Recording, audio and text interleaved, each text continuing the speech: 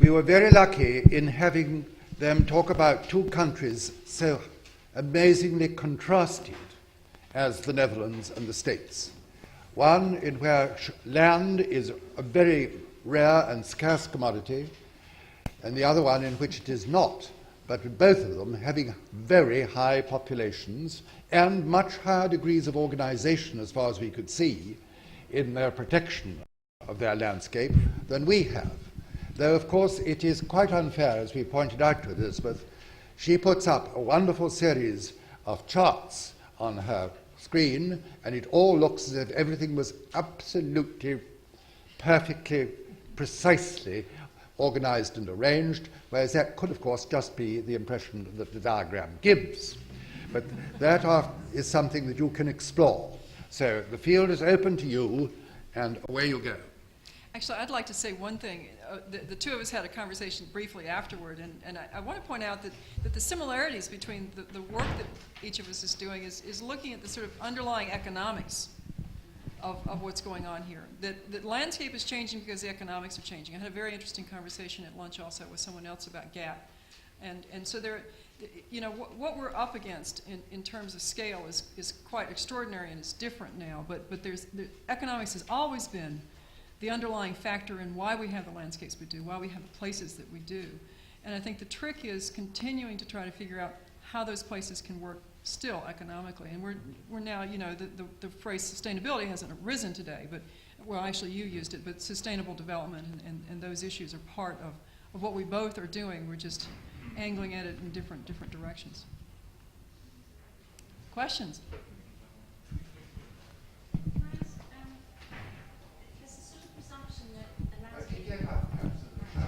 Oh, here comes the microphone there. Mary McHugh, can I ask that there's a sort of presumption that a landscape has to be defined and designated in some way before you can give it value, and what happens in the negative about those that you don't define and designate, and do they get lost because they're not given a value in some way?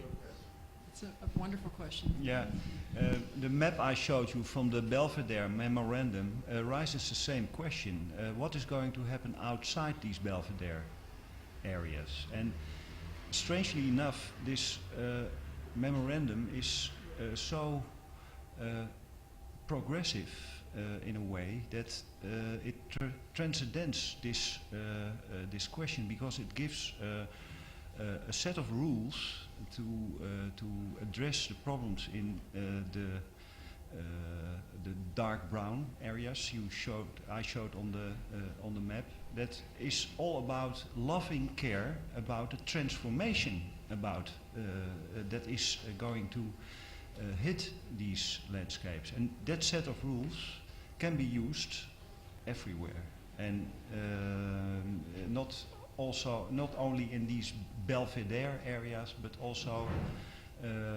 outside. But our problem in the Netherlands is that at this moment we don't have any actual plans, regional plans, or plans for the different landscapes to guide them into the future. We only have infrastructure schemes. We have schemes for nature development. We have schemes for leisure developments, etc., etc. It's very sectoral in a way, and the jump forward we have to make is to try to make these things work in a regional context, and try to bring them together, and let people from these sectors see that sometimes new linkages are possible that you can't think of when you are only making a transportation scheme or a waterway scheme. And all these potentials only come up if you look at the landscape as a whole, from a conservation side of view, but also from a development kind of view. Do you know of any mechanism to make that a possible way of looking at it? Well, the only mechanism is to try to creep out of the period of cultural pessimism that in the Netherlands, and I'm sure also in England, we had for the last decades, that everything man did was destructive to nature, bad for the environment, arousing the landscape, etc., etc. Of course, a lot has changed and a lot has been destroyed, but we have no alternative than to try to make these new forces and new processes and new development, try to work them for us in our direction. We have no alternative. I want to add just a couple of comments. I agree absolutely with Dirk that the answer to your question really lies in regional planning. When our book was first published in 1989, that was one of the principal criticisms that came out, was if these communities that want to do these things adopt these techniques that we were advocating, and there's a whole battery of them, both private and public, wouldn't the communities next door simply absorb the growth that doesn't come to those places? And to be brutally honest, that's true. And it's those communities that choose to do these things, in the United States at least, that will actually preserve those special resources. And actually, the argument's being made more and more on a fiscal basis that they'll also preserve their economies because sustainability is somewhat embedded in sensible growth and not allowing simply anything to happen.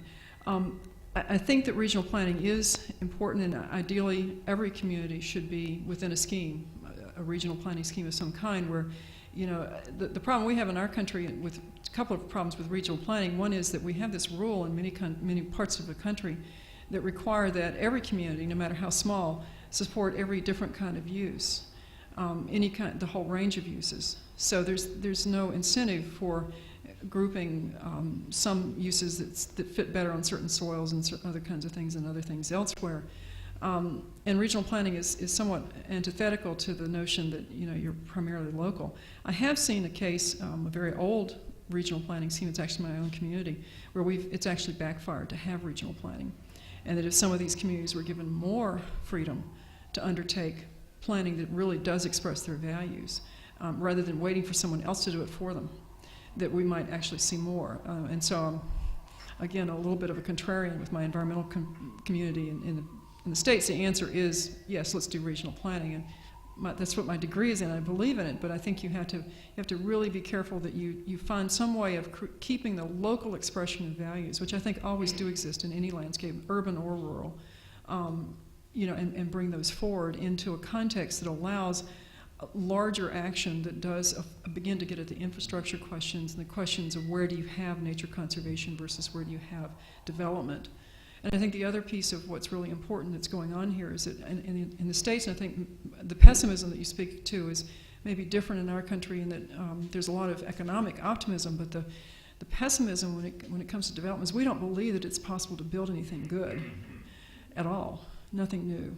And so we really have a big backlash against architecture and planning and development of any kind. So it's really been a problem. And so you have that to contend with as well in these communities that, you know, may or may not want growth. But if they do, there's going to be a cadre of people who say, no, never. You can't build anything good. That's maybe a little bit off the subject, but it's part of the argument. I see one back here. Who's next question? Yes, please. I just wanted, it's Terry Robinson from Countryside Agency. Terry Robinson from Countryside Agency. I just wanted to... I'll shout. It's Terry Robinson. You heard it the first time. I wanted to chip in on the answer to that because I think there is evidence from where we stand that undesignated countryside is in danger. I don't think it is so much in this country for a reason which I'll just explain. But I think if you look elsewhere in the world, one of the problems of designated national parks, world heritage sites, whatever, is that you do throw off the development pressure and throw off the sort of shoulder-shrugging attitude, well, anything goes, to other parts of the countryside, which might, and often are, and normally are, very highly valued by somebody, not maybe by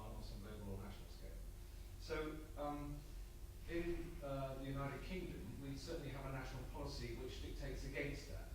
That is why in 1968 there was a Countryside Act which replaced the National Parks Commission with a much broader-based organisation, the Countryside Commission, which was charged with looking after the whole of the English and Welsh countryside.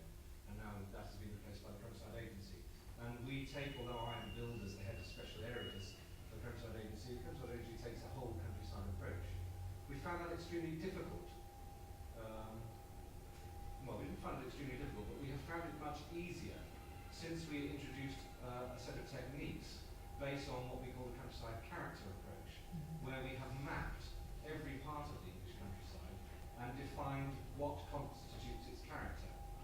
So now that's a descriptive process, but it has codified and put on record what are the elements which make up the individual differences, the local distinctiveness of each bit of the English countryside. What we now have to do, and I'm working hard to do, is to translate that on into some of the professions that we mentioned this morning, notably the planning profession, to get them to recognise that some of these values must be taken much more account of in the way that we control and manage development which has to go on in our nation. Yes, that's our experience also, that maybe you have to add with this mapping trying to make clear the genesis of the landscape and the occupation history, because then you see the mechanisms that made up that main structure of the landscape, and that's even more important than the valuation of it. I quite agree with you. I agree absolutely that mapping is critical. We encourage it on a local and regional basis. It's one of those things that we mentioned earlier with parks, how hard it is to get good information. Geographic information systems have revolutionized our understanding of the landscape, but I will tell you that we still suffer the sins of Ian McCarg, who wrote Design with Nature, whose book did not include the cultural landscape, did not include historic resources. And it is still something that we deal with, we contend with on a daily basis among the planning and landscape architecture profession that has not been enlightened, so to speak, about the character of the countryside, including the things that the Countryside Agency does deal with. Here in this country, that's a natural thing, but it's only been in recent years that I've not felt forced, whenever I stood up, to talk about the principle that buildings and landscapes go together. That we are taught in our country to think only of the buildings and not of the landscape as a whole. Or if we do think of landscape, we think of it only in terms of nature or recreation and not in terms of the character of the countryside. And yet, instinctively, we all see it and understand it, but we don't know how to articulate it and value it in the ways that are important to think about. We had a question in the back here, yes. I'm not a landscapist or a planner, but I'm deputy editor of a magazine called The Field, which is very involved in the British countryside and read by people who own a great deal of it. But I was very interested in your points, Ms. Watson, that you made about that fantastic dollop of road tax that went towards transportation and routes through the landscape that people are going to enjoy. And also the comment you made that compensation for land that's requisitioned for roads and so on is also being backed up, or compensations being considered where land use is being completely changed, so its original purpose is being removed. That's something that both those issues tied into the access issue here, which Mr. Fawcett said, the English countryside is becoming much more effectively of a leisure facility, recreational place than it is a working place. And I wondered, as a planner, and after all the experience you've had in America, how you see our government's proposals for a right to roam with common sense restrictions that they're not quite sure how they're going to enforce, working here, because it seems like a very unplanned way of providing more access to the countryside.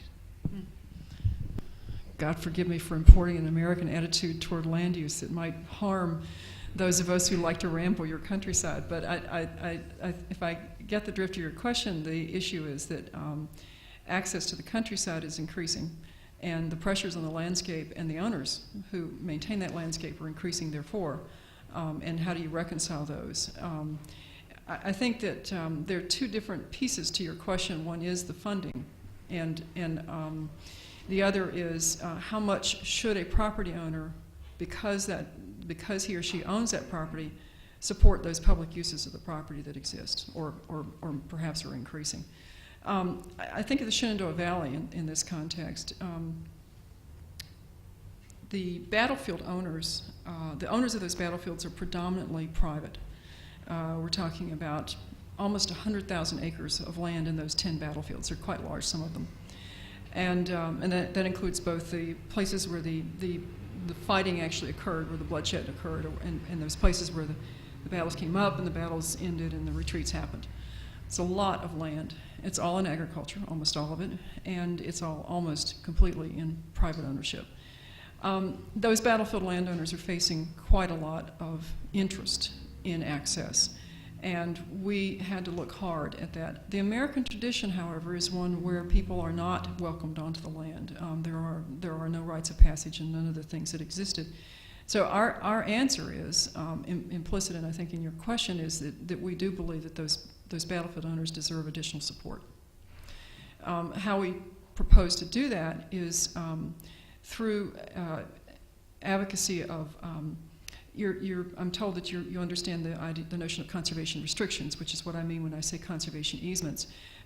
Not in Virginia, which is the home of the Shenandoah Valley, but in many other states, we have a program. We have programs at the state level where the states buy development rights, thereby handing additional funds to the people who are owning that land in return for their not further developing the land. I think if there's going to be public investment in additional access, that public access be protected, and that the landowner has a responsibility also to agree to that access in a way that perpetuates that access, so that we wouldn't want to see investment in a battlefield access scheme, which is predominantly on private land, and not have that land protected in some way so that it remains in agriculture. And so it sort of goes both ways, that the public has an obligation to help support that additional access, but the private property owner also has an obligation to recognize how that access is going to work, and to work out a long-term plan for maintaining that access. That's a very complicated question. I understand it touches on a lot of values here in this country, but it's a tough one. And it's both in terms of the physical access to the land, and it's also the maintaining of scene. And those are the two issues also that you have to think about. It is the maintaining of scene is only a very new issue for us. And in terms of what we've recommended is that the state of Virginia, we have a program now where we set aside special agricultural areas. And once you're inside one of those areas, you agree not to develop for 10 years. And that's a renewable kind of contract. And for that, you get certain considerations. I won't go into what those are, but I can explain them to you another time. And if you then are in that area, we're recommending that, in fact, the state of Virginia provide funding to purchase the conservation restrictions from the property owners, so that it's perpetually available for farming. Okay. Public access is another piece of it that I think you have to plan very carefully, because it's not only simply the right of access, but just simply the pressures of the parking, the trash, the signage, the distribution of the population, making sure the pressures don't get too great. There's a lot of things that go on with those kinds of programs. And once you tip the balance and you get beyond a certain level of use, you're beginning to get into some areas where you have to invest public funds in a different way than simply working directly with the landowner. I am familiar with one other in Montana. Property owners were having a terrible time on a river in way western Montana. It was a very popular whitewater rafting and tubing river. And people were crossing private land constantly to get in. And the river itself, it's considered navigable, and therefore it was rite of passage, much as footpaths might be here. But the actual access to the river was not. And so we had a major, major problem. This happened in the 1970s, and it was solved by the property owners themselves doing a regional plan for the river. And they advocated special access areas, which they retained ownership of, but they granted rights of permanent access to the river access. and worked with the public agency that was responsible for the maintenance of those access areas and made sure that it met certain criteria that were set forth in the plan. So the landowners actually became a part of the solution. And I think it may provide some interesting information or model for situations that may be occurring here. I'm not up to date on some of those issues, but I hear in your question that they are issues. Can I make a point about Could we get you on the microphone there? Sure. It's a big room. Well, I've got a loud voice, but I'll certainly try wherever it switches on. You are? Right, okay. I'm on air. This is about land use agriculture. Now, I'm optimistic that in this country, at least, that organic farming will take over from the present chemical-based farming, which has been what I would term almost a rape of the land. I don't believe that we need to have that sort of farming in order to feed on a large scale. And I think that the sort of products of chemical farming have brought us so many problems in terms of health, which is imposing great loads on our own National Health Service and those sort of facilities, as well as our general well-being.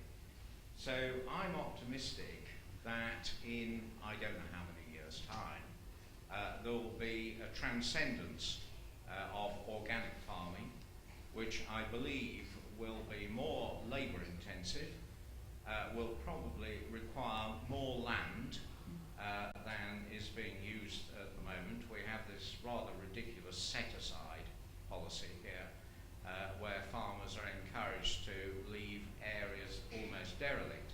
It has one advantage in that it helps wildlife.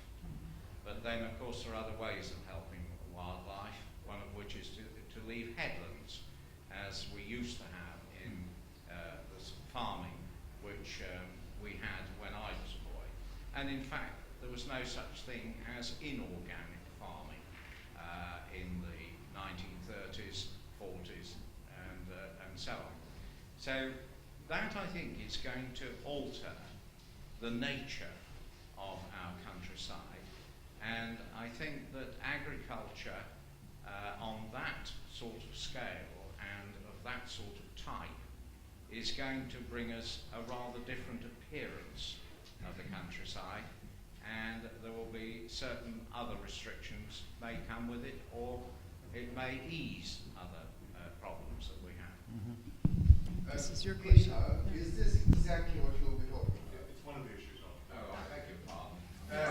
I rather think he's putting forward a specifically English question. Or rather, Actually, we probably have, I have one comment to make about the set-aside situation. Peter, I don't know if you have something like the Conservation Reserve Program that the United States has done, where our set-asides have now been shifted to marginal lands only.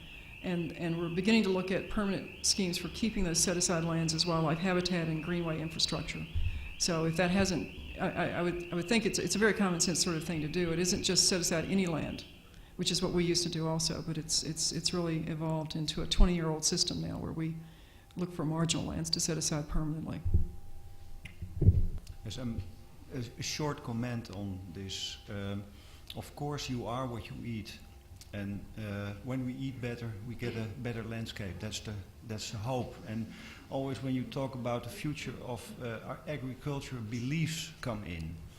And I told you I was working on the Ministry of Agriculture, and I met the man there who was responsible for the long-term schemes for Dutch agriculture. I said, the one thing I learned in working on 3 of these schemes for 10 years after that, and 10 years after that, was that I must confess that in all 3 exercises I was completely wrong. So there are some counterintuitive things about agriculture that, for instance, a lot of modern agriculture is environmental more sound than the so-called organic agriculture. And that's a very strange thing, but it works in the economies of scale and it works in the ecologies of scale. In terms of fertilizer, in terms of poison you use per cubic ton of product, it looks better. So we have to bring in other criteria to reach what you want. And the most complex thing in physical planning in the rural areas in the Netherlands is that you see that farmers are now diverging from they're choosing from many strategies to try to face the future. And what you see is that these processes are coming together in one area. So there's no convergence in an area that every farmer wants to go this way. No, in an area you see that farmer X wants to go this way and farmer Y wants to go that way. And how are you going to facilitate that? And how are you going to make a new landscape for that? And that's a very complex question. Yes, Dave. Explore that one.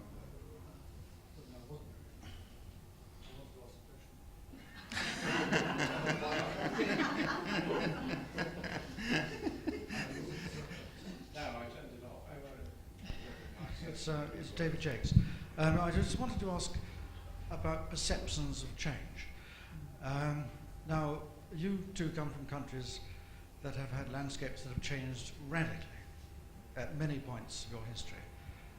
In the States, in the part of the States where you come from, the impression is it's a wooded landscape. Whereas we know that if you go into the woods, there are all these field walls systems, and there's a huge, in other words, there's a massive amount of abandonment that took place, I think, probably when the prairies opened up. So you've got a landscape that's changed. It's changing now with the coastline is almost continuous marina from Boston down to Florida now. And in the Netherlands, you've got a landscape that has changed radically, obviously, at a number of points. Now, of course, with the reclamation of the polders and so forth. Now, in this country, we've had a landscape that has changed, perhaps not quite so radically, but our perception, and indeed the sort of political will, is to pretend that it hasn't really changed that much, and we invest a lot in trying to keep it. In fact, Terry comes from an organisation which is pretty much committed to that idea, that we need a continuity, a sort of permanence in the landscape. Perhaps I'm caricaturing it a bit, but that's the general public perception, that the landscape hasn't changed and that it shouldn't change. That's the public perception. I just wondered what the public perception is in your countries, where there has been perhaps even more change than in ours. Let me try this very difficult question. Let me try to address it first. I think we have to make a distinction between what is the public opinion or is it perhaps the urban opinion, that urban dynamic life needs a sort of a stable continuity or Arcadia that is never changing. It's also a sort of a few architects hold, like Rem Koolhaas that was in this school. He once said in his scheme of Meulenssenaar, maybe the only thing we can make as architects is the void.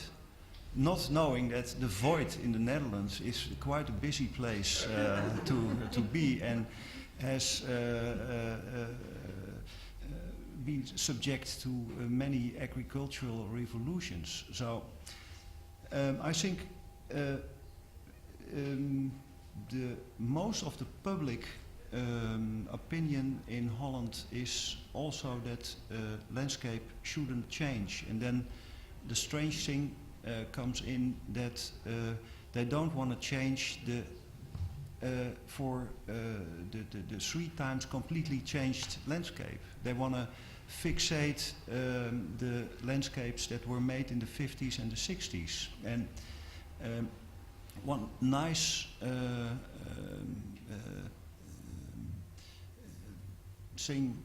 anecdote I can tell you, I was in a committee that for the nature conservation scheme of 1985 was making a sort of inventarization of where the landscape did have changed. When you compared all the topographic maps from 1850 to now, you could in a way see where landscape has changed most. And it was completely counterintuitive that our province of Drenthe, where the public opinion is that, well, everything changed, but Drenthe didn't change for the last 2,000 years. There wasn't a spot of Drenthe that wasn't changed. And that was because of a landscape architect, Harry de Vrome, worked there all his life in a sort of historicizing, is that a good word, way, transforming this landscape in a way that it looked like the landscape we had. So the public opinion was that this landscape was, well, sort of a milestone of continuity, but the real thing was that it changed completely. So this speed of change, this slow speed of change, may be our ally in having also the public opinion try to think with us about what kind of change do we want, and how are we going to process it. Dirk said in his speech one thing that stuck with me, and that is that at some point it becomes necessary to understand that you're breaking with history, that you're becoming designers, that it's not that intuitive cultural expression on the land anymore, but there's an element of design to it, and that's an aspect of this. I think another piece of the answer, and I don't really have the full answer, obviously, but another piece of it is the notion of the working landscape.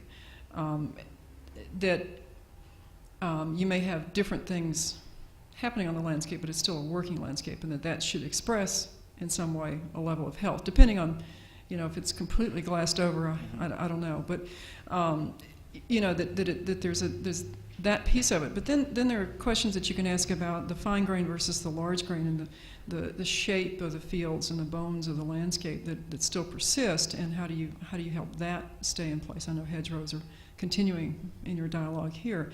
So how do you make sure that some elements remain the same and others don't? I'm putting in mind, actually it's pottery, but it's something like this whole landscape thing. We had the last domestic pottery in North Carolina existed in the 1930s. You had to have clay nearby and you had to have pots nearby until you had transportation.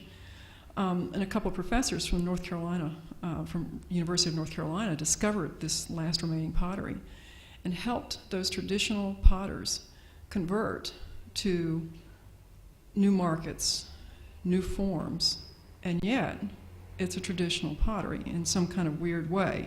I mean, you can go and you can still see very traditional forms, very traditional kilns, salt glazing, the whole bit, and you'll also see a scion of the Wedgwood family creating pots that he only sells once a year at $3,000 to $5,000 a pot, but because it's drawn others in who are not traditional potters, and yet you have this amalgamation that still to the visitor speaks to the health of a tradition. And I guess that's a metaphor really for an answer that I'd like to give you. I go into landscapes all the time and hear stories of we grew tomatoes and now they're growing soybeans. There's a huge difference in what the landscape really expresses and what we like to think is Arcadia. And is really a landscape that has responded over time and again to changes in transportation, in economics, and global tastes. And we're still in the middle of that. That's not going to change. In fact, that landscape is ever changing, but if you can think about it and put elements of design and make choices, then I think you have a hope, of preserving some aspects of it that create that setting for the cities, if you like, or whatever.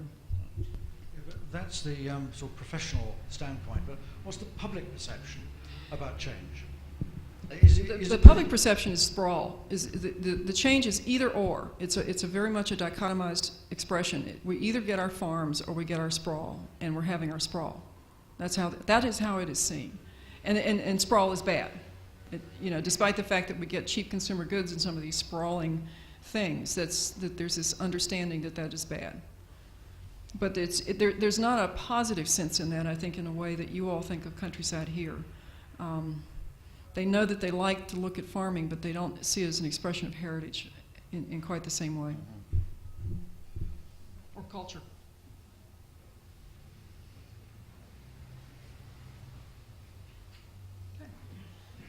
Any more for any more? Oh, way back in the back. Back. We got it. I'm not sure if I understood your last point in suggesting that there isn't an understanding that sprawl is happening, or there is one. I did a study some months ago, some fieldwork in a community in Wisconsin where I grew up. Thanks. And it was interesting because everyone saw themselves in this town of, say, 6,000 people as living in an agricultural community, whereas in the whole county there's only one farm that is still existing. And all you see is sprawl, but there's no recognition that that is happening. The recognition still is we live in this small dairy community, which used to be called Cow County, USA. It had the largest population of dairy cattle. There's one working farm and it's on its way out. And people don't realize that. I mean, people have lived there 80 years as well as new members of the community. So I don't know, just to throw that into your last comment. Well, I'm not surprised by that story. I think that is an element of this that is perplexing. Is I think the thing I liked about the first slides that you put up, Dirk, was that notion of the incremental change. You know, you can cook a frog in a pot of water if you just raise the water temperature slowly. He won't hop out. I mean, we talk about, the planners use that metaphor all the time in the United States to refer to exactly this problem. It's very difficult to perceive incremental, cumulative change, and yet it's happening all the time. But are there any projects, like, for example, in Germany or in France, about renewable energy to produce it in the field, to give farmers a new chance to have a meaningful job and a secure job for the future, like the city of Oldenburg in Germany is letting their public transport run. I think it's all made out of rape, and then it's being made into fuel. And it's a project, it's a trial. And pardon? You couldn't get a word. Well, I'm just talking about renewable energies and trying to bring farmers in contact with the industry to produce fuel for cars and buses, and that's what they do in a city called Oldenburg in northern Germany as a pilot project. And I also know that there are some projects going on in France where you try to replace gas by renewable energies, and that could create quite a lot of jobs in the farming community, because when we are talking about that very good example of one dairy farm on the way out and everybody thinks there are a lot of happy cows still around, we should really ask ourselves, it's all very well countryside as a sort of tourist area, but I mean, we are talking about farms and farmers, and I know it from this country.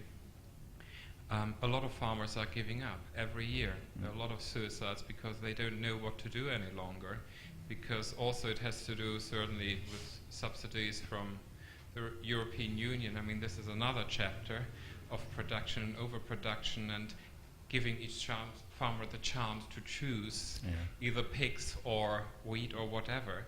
But isn't it more important to look into the future and say the whole world is threatened by pollution, and how can we reduce that pollution? And a lot of pollution is due to cars and fumes, and could that be a new angle to look at all sorts of renewable energies in the countryside?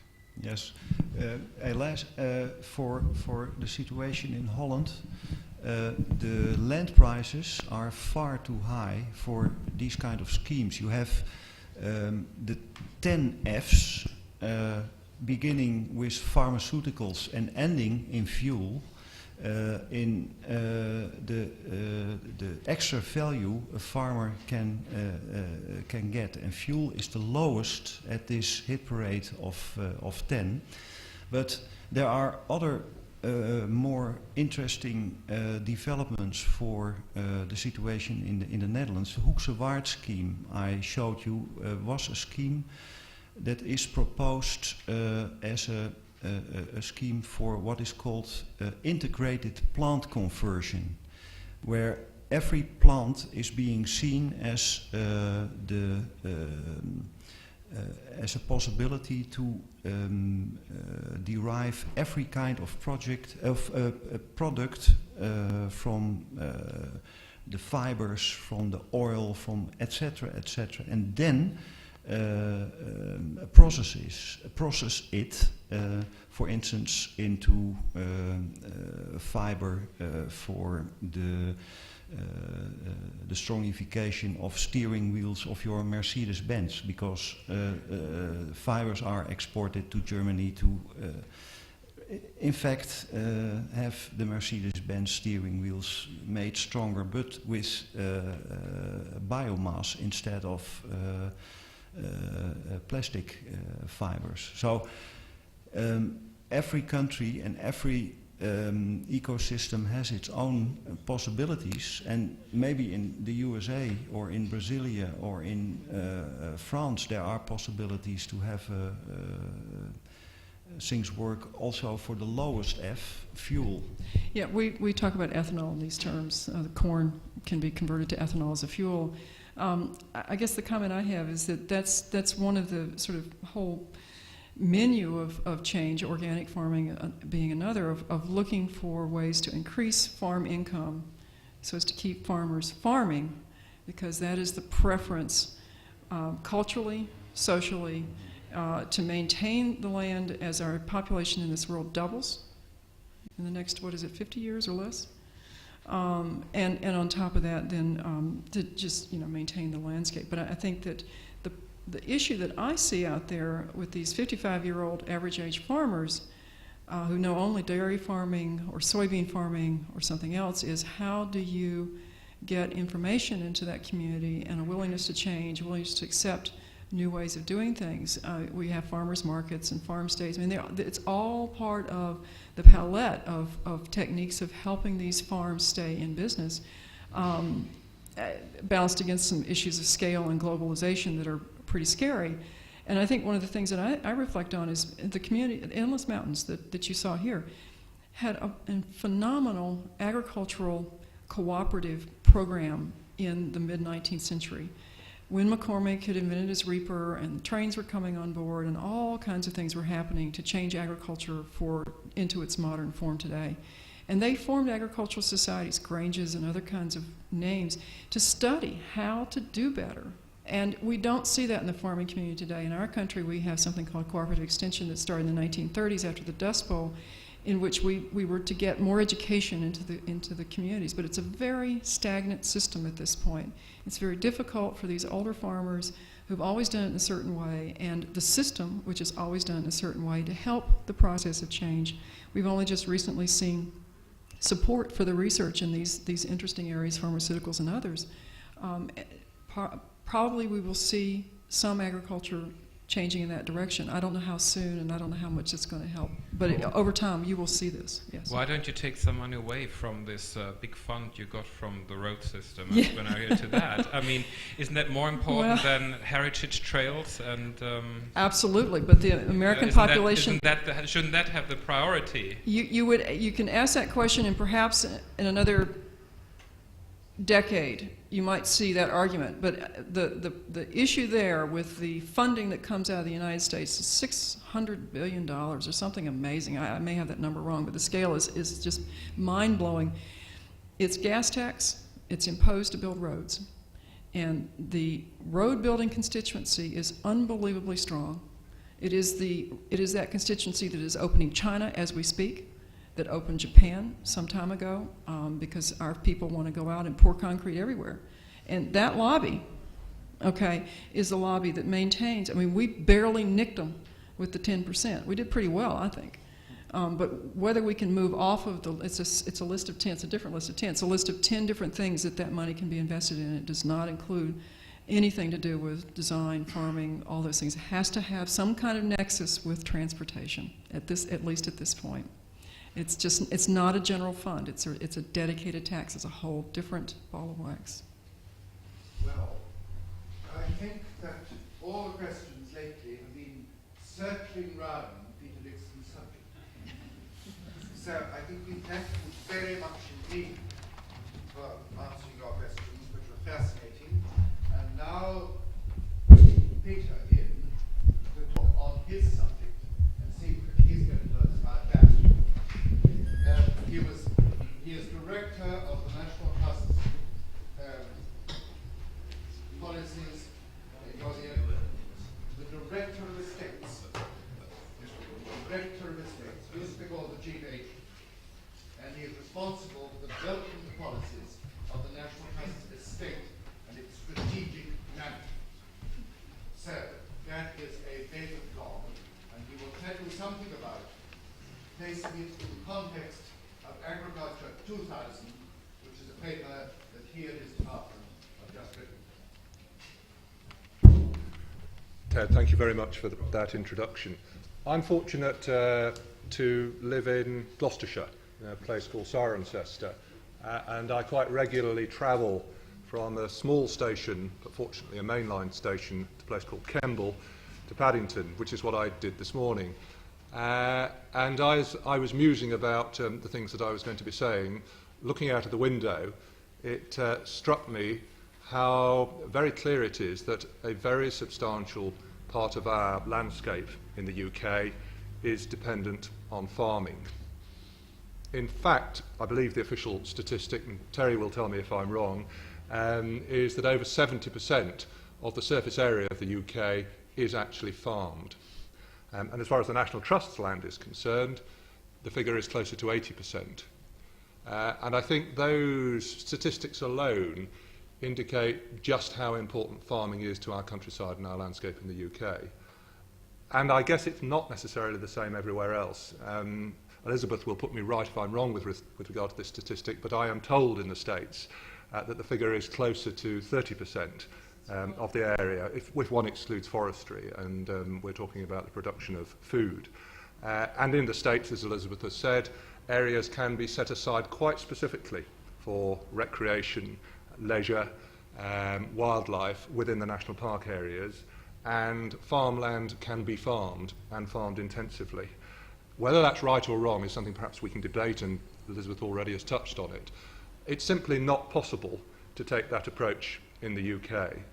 The reality is that our farmland is our countryside. And that's the premise on which I start with regard to this talk, and something which is fundamental to the Trust's agricultural policy.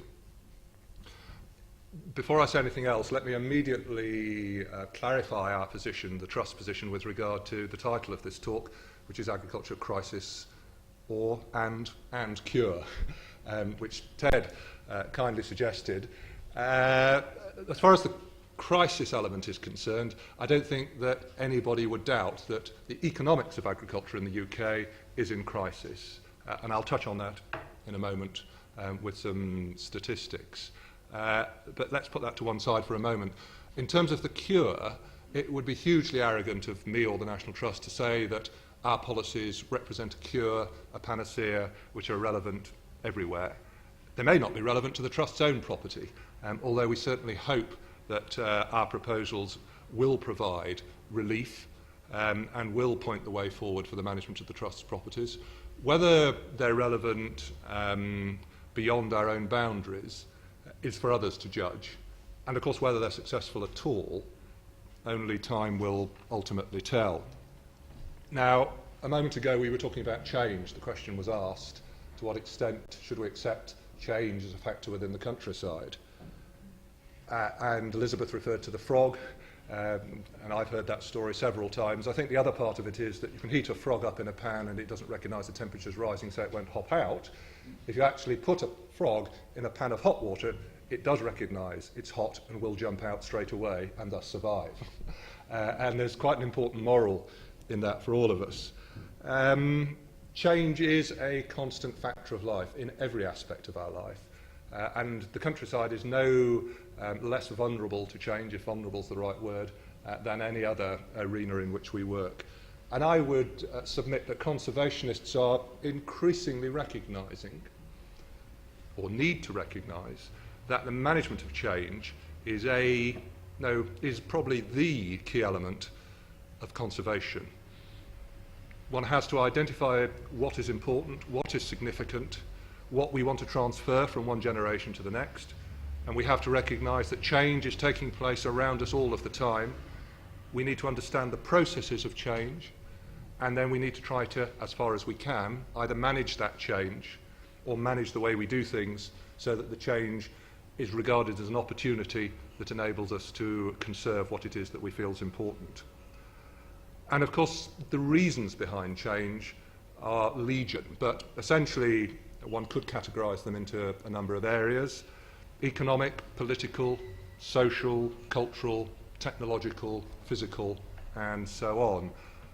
I'd just like to concentrate for a moment on two aspects that are very evident to all of us if we stop and think for a moment, and those are technological change and physical change. Technological change in the rate at which technology is advancing. And it's the rate of change which is something we're having to get used to, quite apart from the fact of change itself.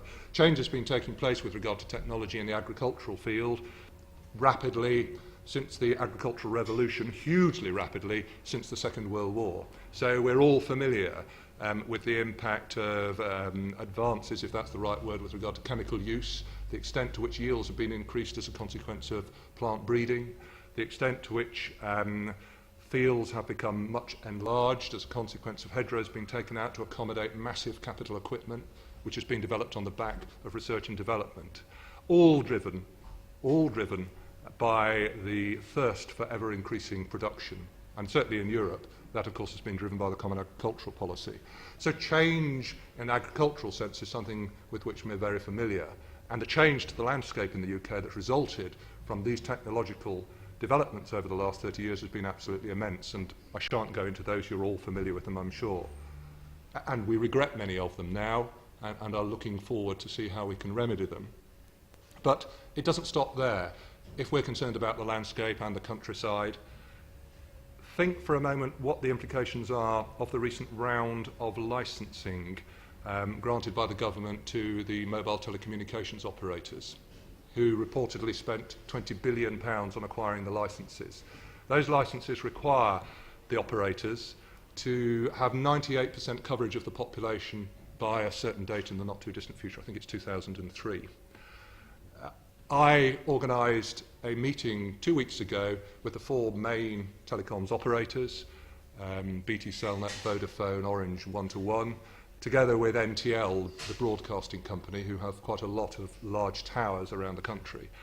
And the purpose of that was to both recognise the impact on the landscape of what is going to be a huge increase in the number of applications for telecommunications masts and apparatus, and an inevitable increase in the number of requests for those to be placed on National Trust property. Of our land, which is in total around about 245,000 hectares, call it 250,000 hectares, which if you include land over which we hold covenants, which can prevent development without our consent, and the land that we own as far as coastline is concerned, which is about 600 miles, it adds up to about 1,000 square miles. That's quite a lot of land. Of that, well over 60% is in the uplands. The uplands tend to be the place where telecommunications masts need to go for obvious reasons. So we are inevitably going to be targeted for an increasing number of applications. At our annual general meeting last year, there was a members' resolution which was proposing that there should be absolutely no erection of telecoms masts on National Trust land at all. We discussed with the proposers the pragmatism of that, because one has to ask oneself in this room how many of us actually, albeit we may love the landscape, also use mobile phones. And the National Trust has to ask itself to what extent are our farm tenants now dependent on mobile communications. The vets, the fire brigade, the doctors who serve the local communities. It's just unrealistic to say this is part of technology we want to have no part of. And I would say the same about another thing we were discussing a moment ago, the question put about renewable energy. The National Trust has an environmental principle that we should be, first of all, seeking to minimise the extent of energy we consume. That's the basis of our energy policy, so demand management rather than seeking to ever expand supply, but accepting that there is going to be an increasing demand for energy, and therefore it must make sense to avoid the burning of fossil fuels and to try to find techniques which involve renewable energy. And again, for exactly the same reasons as National Trust property is vulnerable to telecoms masts proposals, so we are vulnerable to wind farm applications, wind turbines. And therefore we have a real dilemma, don't we? Because on the one hand we want renewable energy and wind turbines purportedly provide that. On the other hand we're seeking to protect wild elements of our environment. So these are issues that we all face, and I'm not suggesting that we've got solutions to them, but we have to address them. In the discussion with the telecommunications people a couple of weeks ago, the purpose of the exercise, apart from getting them to realise that the National Trust actually is in a position whereby we have a responsibility to conserve our landscapes, but also a responsibility to ensure that those landscapes contain thriving communities, that we expect those companies, if they're putting forward proposals for telecommunications apparatus, to use all of their resources to ensure that they are, if they have to go ahead, as minimally intrusive as possible, and to try to identify sites which are not going to cause environmental damage. And that means that they need to cooperate. There are, in fact, 5 operators now, all of whom, in theory, can operate entirely independently. And if you're a landowner, you can receive an application for one site, and you can come to a sensible conclusion on that, and 5 minutes later, you can have another company coming along, and then another, and another, and another. So what I was saying to the companies is, do that, we will say no.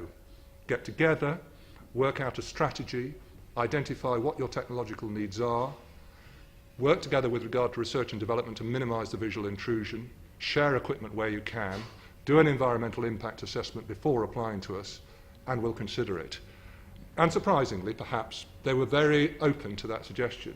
I suspect because they know that if they don't do that, we'll simply say no. With wind farms, it would be entirely wrong for us to say no to wind turbines. We're not going to compromise, though, with regard to wind turbines that fundamentally compromise wonderful landscapes. And rather, I would suggest, than just allowing developers to put forward proposals for wind turbines which most suit their ends, and inevitably those are going to be in the highest locations which by their own very definition are the windiest, are also the most intrusive. There are many areas in the country where it would be possible, working with the countryside character maps, for example, and other statistics and data to identify where wind turbines could go that would make a realistic contribution to renewable energy without causing environmental damage. And this is the work that the Countryside Agency has been involved with, and we're working closely with them in terms of trying to plan our future which meets needs in respect of technological advances which we can't deny, but also which protects the landscape. So that sort of philosophy is what we've been trying to adopt with regard to our agricultural policy, and recognising that changes are taking place, trying to anticipate what they might be, and then putting in place policies which can either mitigate them or take advantage of opportunities which are presented. One other aspect of physical change that I think I really must not just mention but highlight, and that's climate change. I say so because arguably climate change is in the long term the most important impact that there will be on our landscape. And also it illustrates very well, as far as the National Trust is concerned, that we can't have policies with regard to our own properties which look just inwards. We have to look outwards. And that's something we're increasingly realising. We had a fascinating discussion this morning and an explanation with regard to the Netherlands and the impact of rising sea level. And I think, Ted, perhaps you expressed a little complacency that we were okay here. You have a house in East Anglia, I believe. I do on the Thames in London, and so I don't think I'd say. Right. But it's interesting the extent to which a large part of the UK could one way or another be affected by climate change. The National Trust is in quite a good position to identify the impacts of climate change because we're a bit like a barometer or a canary in the old mining sense. We've got a lot of properties dotted around 3 countries, geographically dispersed as far as their location is concerned and very different in character. If we carefully monitor what is happening to those over a period, we can get a good picture over time of what is actually happening and representative of the country as a whole. The work that we've already done, interestingly working with commercial organisations who are usually the first on the ball to spot actually implications of a major nature such as this. We've been working with AXA Insurance and with North West Water Authority to do a climate change study in the Northwest. And as a consequence of that, we've identified major areas already being affected by changes in climate. Now, you may argue that climate change is something that's been always with us, and of course it has. Absolutely no doubt about that. Periodic ice ages are clear evidence of it. But the distinguishing factor, I think, over the last 100 years is, in the past, primarily climate change has been associated with natural features, volcanic activity, oceanic or atmospheric circulation changes, etc. Whereas what we're experiencing now, and I do believe it's right to take the precautionary principle, because if we don't and we wait and see, by the time we find out it'll be too late, all the evidence seems to indicate that the burning of fossil fuels since the early 19th century is significantly contributing towards greenhouse gases and the climate change effect. Something like a 30% increase in carbon dioxide, 145% increase in methane, a 15% increase in nitrous oxide since the early 19th century. And the consequences of that, if one has eyes to see, are tremendous. Just one or two of the areas. Sea level rise is one of them, and we're particularly exposed to that because we have 600 miles of coastline. The White Cliffs of Dover were referred to in terms of being a defence. The White Cliffs of Dover are white because they're continually eroding. They would be green or grey if they weren't. The interesting thing is the rate of erosion. The Trust owns a property near Beachy Head, and you'll remember not very long ago a large section of that collapsed at Burling Gap, where we're very much in the firing line, in the sense that it's all very well for us to preach that one allows managed retreat, climate change is an inevitability, one has to live with it, go with the flow, etc. If you've actually got property which has been directly affected, and far more than property, people's lives, it doesn't half focus the mind on what you should do. And at a place called Burling Gap, on the coast near Beachy Head, we have a row of cottages at right angles to the coast, and 2 of those have already gone, and others are going to go. And it's a very hot local issue. There's an organisation set up called Save Burling Gap, in terms of people who say we should be promoting a positive sea defence there. Our view is, based on engineering advice, that that is ultimately futile, could also be damaging in terms of redirecting the current of the tide elsewhere. And in the end, the significance of Burling Gap resides to a large extent in the fact that over the years it has been eroding. And that's part of landscape change. But my goodness, it does take quite a deep philosophical view to be able to accept that if you're living on the site and are losing your house. Other areas of climate change that are affecting us all: nature conservation, gardening. So I believe a 1.5 Celsius rise in UK temperature by 2050, which is predicted, will cause a northward shift of climatic zone in the UK by 300 kilometres and an upward shift of 200 metres. That has significant implications for flora and fauna. Those which are temperature sensitive will either have to migrate northwards and upwards, or, if the temperature sensitivity is critical, not survive. It has a very big impact potentially on species in our gardens. We organised a conference about 4 weeks ago on the impact of climate change on gardening. Within 2 days, all the seats were taken, which I think just indicates the fact that the public here are now recognising that it is an issue. And when it affects something that is very close to their hearts, which gardening is over here, they feel strongly about it. Forestry is already directly affected by what we believe are impacts of climate change. The major storm in 1987, the Boxing Day storm in continental Europe last year, and who knows what the real statistics are with regard to the numbers of trees actually felled. But it was a factor of 5 times approximately more trees were felled in continental Europe on the Boxing Day storm than were felled in our storm in 87, just to put the scale of it into context. And all the predictions are that we're going to have more extreme events like that. So managing landscapes, and particularly man-made, manicured landscapes, has to take that into account. And our own experience since the 1987 storm in managing our landscape parks and gardens, particularly, of course, those in Kent that were drastically affected, is that we were far too quick, probably, in some cases there, to rush in to try to remedy the damage as we thought it was by the storm. And in many respects, the consequences of the storm were good in terms of opening up areas of regeneration and allowing the process of nature to take its natural course. And farming, which is the main topic of debate, is affected by all of those factors, and above all by changes in rainfall and temperature, and of course extremes of weather such as gales and of frosts. Now, I've concentrated a bit on that because, as I say, it's a critically important factor, I believe. It's very relevant to the National Trust. It relates to the way in which we manage our agricultural land. And above all, it does illustrate that we've got to look outwards. Managing our land in a far-sighted and environmentally sustainable way, on the one hand, and at the same time seeking to provide a sustainable financial future for our farm tenants, is the very cornerstone of this policy. It's trying to combine the commercial with the environmental. And we've been criticised by some for seeking to achieve that. I actually believe passionately that in the long run, the two are interdependent. That if you manage land environmentally sensibly, you will in the long run maximise the commercial return.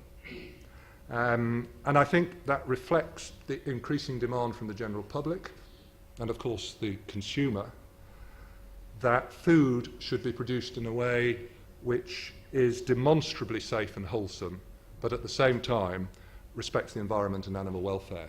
And there's plenty of evidence that that's what the public in the UK are wanting.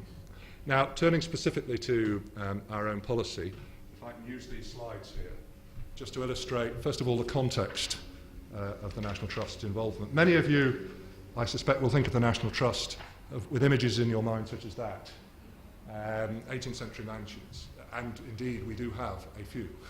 That's Blickling. Or possibly you may think of us as being about that, which is gardens, and that's Hidcote in Gloucestershire. Or you may think of us as being about coastline, and that's certainly true. As I say, we have 600 miles of coastline, quite a bit of it eroding quite fast on the south and east coasts, accreting elsewhere, of course, which is interesting. That's the Golden Cap Estate in Dorset. I don't know how many people, though, would think of the National Trust as the first thought that comes into their mind about farming. That's typical of many of our estates. That's actually the Honeycutt Estate in the south of England. But it could be one of many of our estates throughout England, Wales or Ireland. That is Northern Ireland. And just give you a few statistics to put the background. We have in total 145,000 hectares of let farmland. Virtually all of the farmland owned by the Trust is managed by farm tenants. That's basically on the principle that farming is a business which is specialist, that farm tenants in any event we have generally inherited from estates that have been given to us. We are committed to a partnership with our tenants on a long-term basis, and it has been the way in which we have managed the land. And in any event, because of the nature of agricultural law in the UK, most tenants have security of tenure, at least for their lifetime, and quite often for 2 successive generations, subject to certain rules and regulations. So there is a built-in consistency, continuity of operation. We have 26,000 hectares of common land, which poses some particular challenges to us because mostly the common rights that relate to our common land are grazing rights. And one doesn't have the same relationship with commoners who have grazing rights but no other particular responsibilities for the land as we do with our farm tenants, with whom we have a very close relationship. We have 700 tenants of whole farms, and that's where one can essentially say the farm provides the main source of living for the family. So we regard ourselves as having a huge responsibility for the livelihoods of these people and their families, and that's a critical part of the policy. That doesn't mean that we are saying, come what may, forever, the livelihoods in terms of the way of living that those 700 tenants have experienced hitherto can be sustained indefinitely. One cannot fly in the face of the market pressures and basic changes to the way in which the economy, political situation, public aspirations and perceptions are moving. But I do believe we have a responsibility in this process of change to facilitate that change, which means in the short term minimising the pain that many of those tenants are currently feeling. And believe me, they are feeling pain. They really are. We also have another 1,300 smaller areas of land let to tenants or to graziers, which aren't necessarily critical to their whole living, but which are part probably of another farm somewhere else. And as I say at the bottom, 60% of our land is in the uplands. In terms of the purposes of the National Trust, we were established in 1895. Interestingly, I was just talking with Elizabeth beforehand. I did know, but she filled me in on the detail. Our original constitution, or articles, were based on an American experience. The Land Preservation Trusts in Massachusetts. Trustees of Reservations. So there's nothing new. And then that was developed, and we've maintained a good relationship ever since. The fundamental purpose of the Trust, as set up in 1895, was to promote, and that's a very important word, promote, wonderfully written, allowing lots of flexibility in its interpretation, promote the permanent preservation of places of historic interest and natural beauty for the benefit of the nation. Absolutely critical, that last bit, for the benefit of the nation. One can have a big debate about what is the nation and how do we benefit it. We've essentially achieved our objectives over the last 100 years through ownership, because ownership provides control of the highest degree, and because in 1907 we were awarded through an Act of Parliament the unique power to be able to declare land inalienable, which means that the freehold, once declared inalienable by the Trust, cannot be removed from it. In reality, if there's a compulsory purchase order, there can be a full public inquiry, the Secretary of State can say the motorway should go ahead as a consequence of the purchase order through National Trust land. In the final analysis, we can then refer it to Parliament for Parliament to make the decision. So that's the ultimate protection, and it's hugely important to us. I have to say that in the ideal world, the National Trust wouldn't need to exist. We aren't acquisitive for the sake of being acquisitive. I would far rather that we didn't actually have to acquire any more land, that we could persuade others to be managing land in a way which was meeting all of the objectives which I suspect we share in this room. The reality is we've managed land through ownership and through its direct protection, and we can use that to act as an example if others wish to follow it. We can use it to provide case studies for all sorts of purposes, but we don't seek to be acquisitive in the first instance, and we would much rather land stayed in private ownership if that could be achieved. And it's only when the National Trust is the last and the most appropriate solution, and we can provide public benefit, and that it can be financed in perpetuity forever, that we will actually acquire it. Of our farms, that just shows you very briefly the predominance of grazing. You'll see there that 76% of our upland farms have sheep on them. Quite often they'll have sheep and cattle, and they may even have a bit of in-by land as arable. But our upland farms, and those comprise over 60% of what we own, are dominated by sheep, cattle. And even in the lowland land, we have a high proportion of sheep and cattle there as well. And then you've got all farms down the right-hand side. The importance of that is that it's the livestock sector at the moment which is being critically affected, most critically affected, by the decline in prices and the increase in regulations which make farming so cost-ineffective at the moment.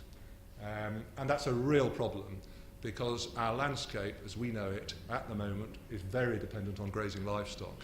Herbrich meadows, hedgerows wouldn't be needed if you didn't have cattle and sheep. Interesting thought. So, why did the Trust need a new policy in the first place? These changes I've been talking about, essentially, the fundamental economic changes going on, public perceptions are changing, and political changes. Just looking at the economics for a moment. This is UK income trends. Two graphs there. You don't really need to worry about the difference between total income farming and per person involved in farming.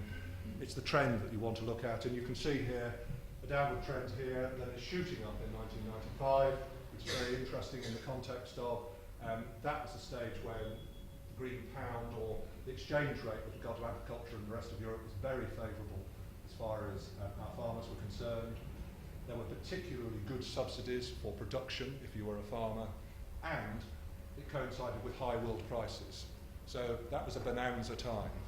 Since then, as you can see, it's gone right down here, and if one projected beyond here, we're probably around about £6,000 now is the average income, and still declining. And there are an awful lot of farms which are actually less than that. And I speak from personal experience. My brother is a farmer, was a farmer in Scotland, a sheep farmer, 3,000 acres, 1,000 ewes more or less, been there for 30 years as a tenant. Last year gave up because his income was then about £3,500. This year it would have been negative. He has a son who's 30, who is working elsewhere on a farm, married to a lady who's working as a scientist. It just doesn't make sense for them to take over the farm.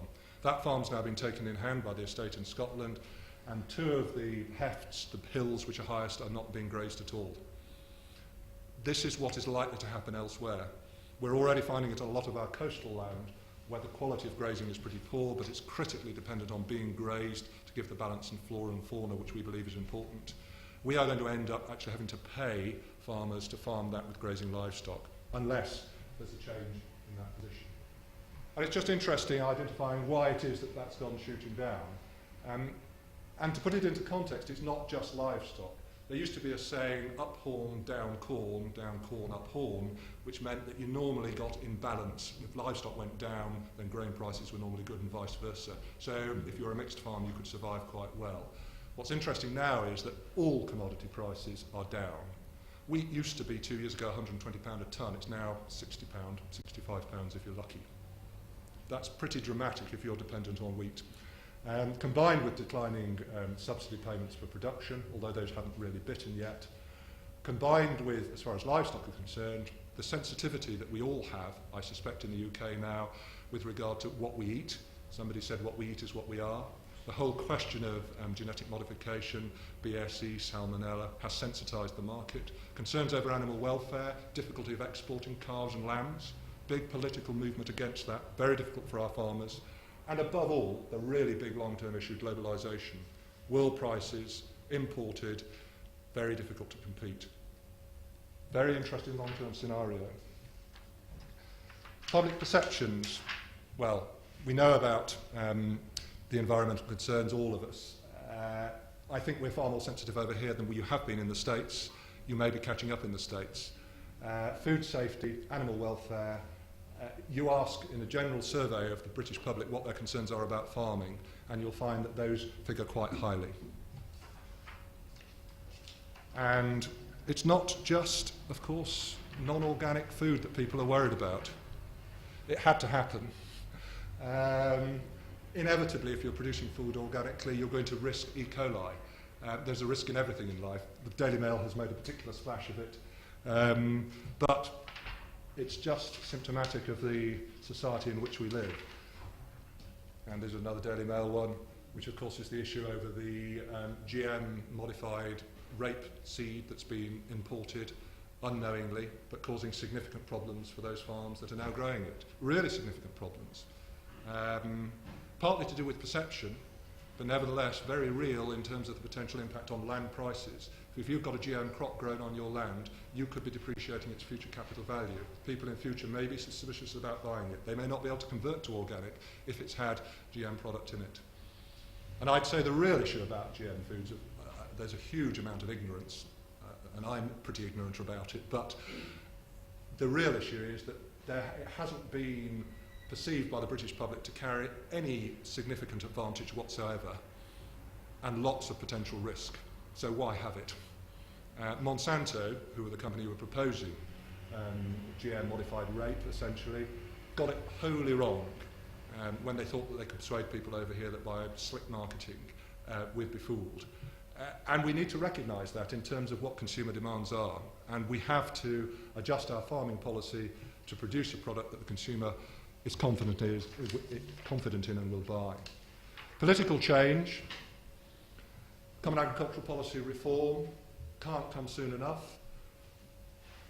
Common agricultural policy as it is operated has applied in the UK based on subsidy of production, which has had all the consequences of which we're so aware. It's actually done very little to support farming population. An amazing paradox. 80%, 70% of the UK surface area is farmed. What's the percentage of the GDP that derives from farming? Less than 2%.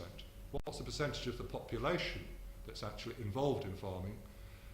Just as a lady who said at the back, the experience over in the States was the perception was it was quite a lot. The reality is it's virtually nil. Exactly the same applies over here.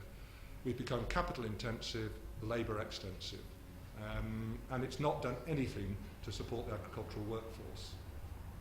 It will be reformed. It'll be reformed above all because of this, because of the World Trade Organization talks, I suspect. But in any event, it will be reformed as a consequence of enlargement of the European Union.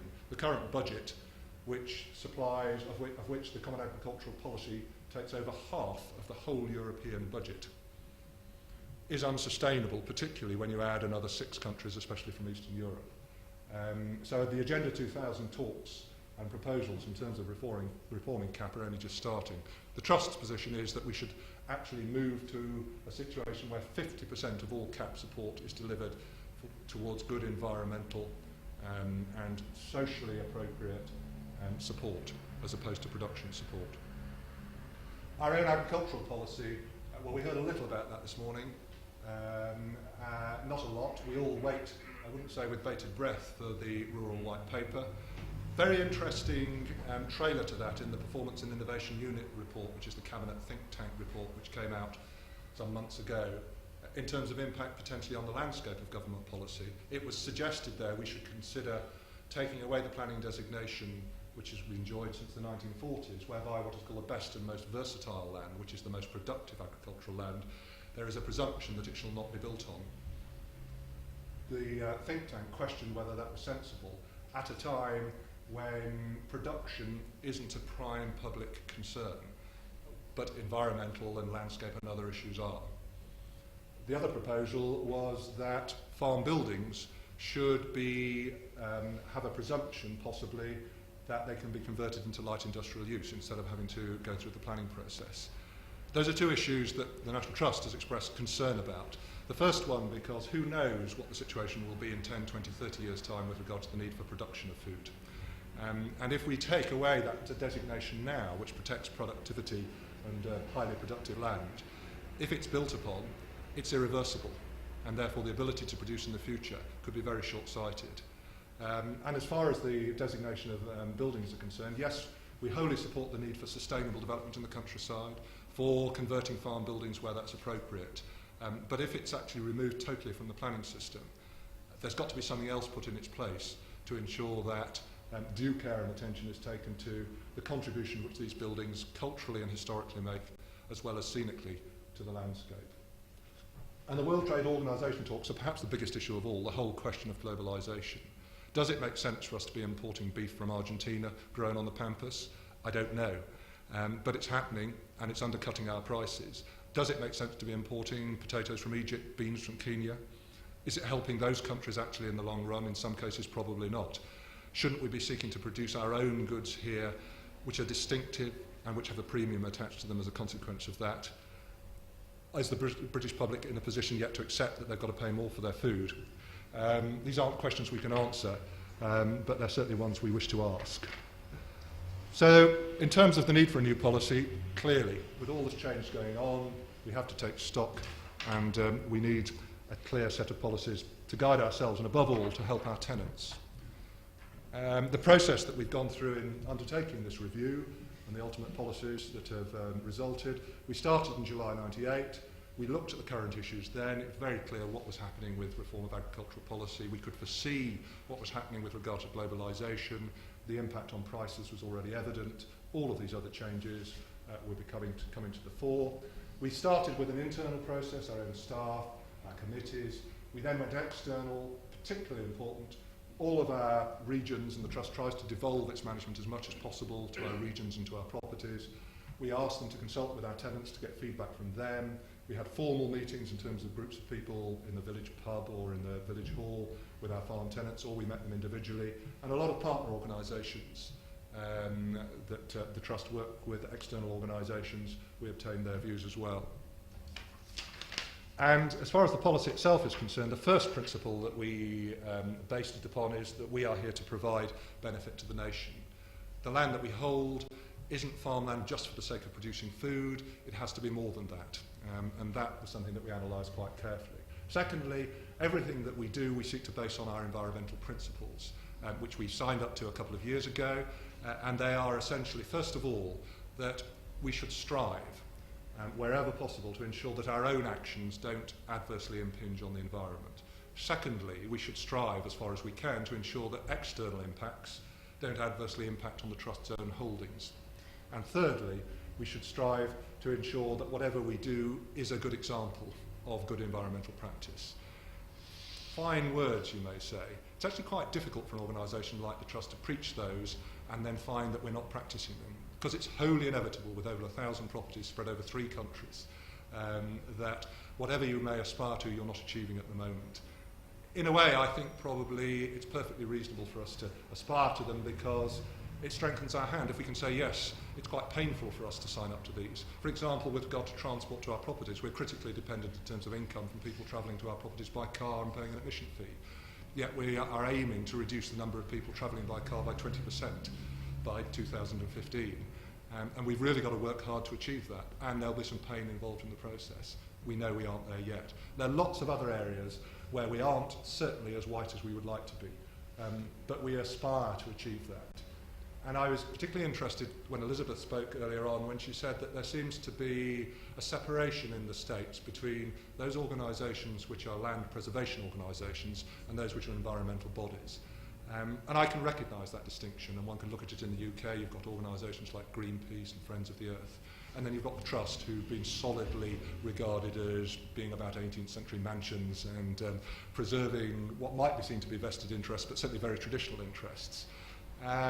And I think what we're seeing now is the Trust merging the land preservation and conservation side with the recognition that we have to be advocates externally. We are affected by so much external change. And this isn't just the Trust, this is everybody. We can't just manage our properties as islands. They are dependent on the water catchment area around us, soil runoff from the neighbouring estate, pollution from wherever, the impact of the telecommunications mast on the hill next door. So we have to think not just at a property level, but at regional level, and then you think, well, of course, it's got to be at national level, then at international level, and above all, at global level, what's climate change if it isn't that? So it's quite a big agenda, and there's a risk that you could actually spend forever dealing with peripheral issues. So in the policy, we've tried to focus on what is most relevant to us, bearing in mind that we've got our feet very much on the ground and wearing wellies, because we do have a responsibility for the management through our tenants of so much land. So, benefit to the nation, how would we describe that? In the context of farming, we would say that farmland should produce a composite product, a variety of things. Wholesome, affordable food, deliberately at that point in the agenda. Let's not fool ourselves. Farming is about producing food, but it's about producing it in a way which achieves these other issues, because that's what the consumer wants. Clearly, landscapes, wildlife, historic features, public access, and the quality of environment. You could add to that health, of course, which maybe wraps all of those issues up. And so somehow we need to produce a policy which can meet those objectives. In terms of the environmental thrust of the policy, there are a number of issues to address. First of all, the fact that in exactly the same way that every other landowner, I suspect, or virtually most other landowners and most other farmers, have been carrying out practices which have been damaging to the environment over the last 30 years, we need to assess where the most damage is occurring. And then we need to take action as quickly as possible to stop that continuing damage. For example, soil erosion. Soil erosion is possibly, after climate change, and it's directly linked to it, the biggest issue that faces many aspects of UK agriculture. The United Nations have already estimated that 1/3 of the world's total productive soil resources have either been degraded beyond the point of return or lost in terms of being eroded and washed away into rivers and down to the sea, as a direct consequence of agricultural practice or malpractice. Before the war, we used to know what good husbandry meant. It actually meant understanding the processes of farming in terms of the relationship between soil and water and animals. Since then, the advent of technology has meant that instead of being engineers, we've become mechanics. We've become fitters, simply pulling in the man from the chemical company or the man from the machinery company to tell us how to address many of the aspects of particularly arable farming. And I think we need to get away from that and back to the real principles of good husbandry. We want to realise the environmental potential, and we would argue that every one of our farms has got environmental potential. We would not distinguish between farms that we want to milk for the maximum amount of income for the big house and farms which are important in their own right. We believe that every farm, in its own capacity, has potential for improvement. That will be differentiated according to the type of farm and the particular circumstances. So on some farms it may be particularly appropriate to seek to reintroduce spring sowing of cereals, because that could have a fundamental impact on skylark and grey partridge, for example. And in an area where that would reap that benefit, that's what we were concentrating on and seek to negotiate with our tenants. In another area, it may be that the growing of maize, which is a crop which causes real problems with soil erosion, is a particular issue because it's in a river valley, and we'd seek to negotiate with the tenant to move away from growing maize and put another crop in its place. And then the third issue there is increasing public benefit, and that's primarily through access and increasing understanding. The gap between town and country, it's often exaggerated because there are many areas of similarity, but equally there are areas where the public are very unfamiliar with what happens in the countryside, and the trust can act as a bridge between the two. In terms of the potential of the farmland, you talked before, Ted, and said, was I going to refer to organic farming? The answer is yes, where appropriate. We do not believe that 100% of our farmland can become organic. Organic farming is very demanding in terms of husbandry. Generally, I would say you have to be a better farmer to farm organically than you do conventionally, because you can't bring in the fitter to sort out the problem with chemicals or whatever. And it would be folly for us to seek to believe that all of our farm tenants have the skills or the will to wish to convert to farming, and their land may be inappropriate. Generally, it works best where you can have mixed farming, where you can have animals and livestock, animals and arable together. And in some cases, that's just not possible. We would hope within the next 10 to 15 years that we may get to a situation where 20% of our farms are organic. At present, it's about 4%. That being the case, it must be right for us to concentrate on greening of conventional farming, which is where the main effort of our policy lies. And within that, of course, we're seeking the protection and enhancement of biodiversity, cultural diversity, maintaining local skills, critically important, given the very small extent to which agriculture per se, in terms of food production, contributes to local economies. We all need to find other ways of diversification. And into the policy, we're building performance indicators for a variety of environmental and historic aspects. For example, the number of particular farmland birds, grey partridge or skylarks. For example, nutrient input outputs.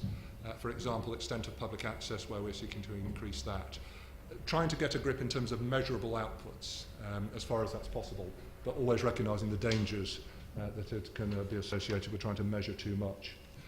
Vernacular farm buildings, we have something like 25,000 buildings.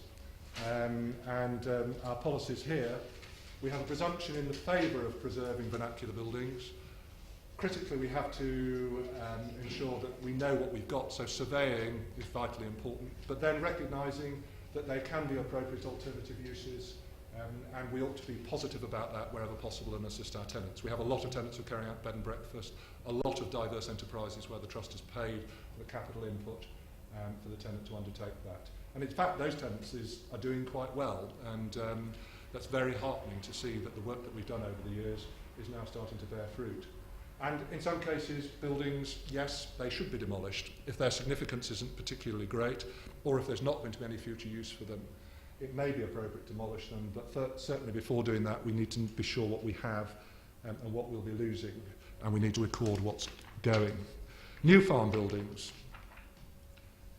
We have to accept that in some cases, new farm buildings are not just necessary, but very desirable. One could say a landscape is much more attractive as being a working landscape than a sterile landscape, and a genuine working landscape has new farm buildings in it.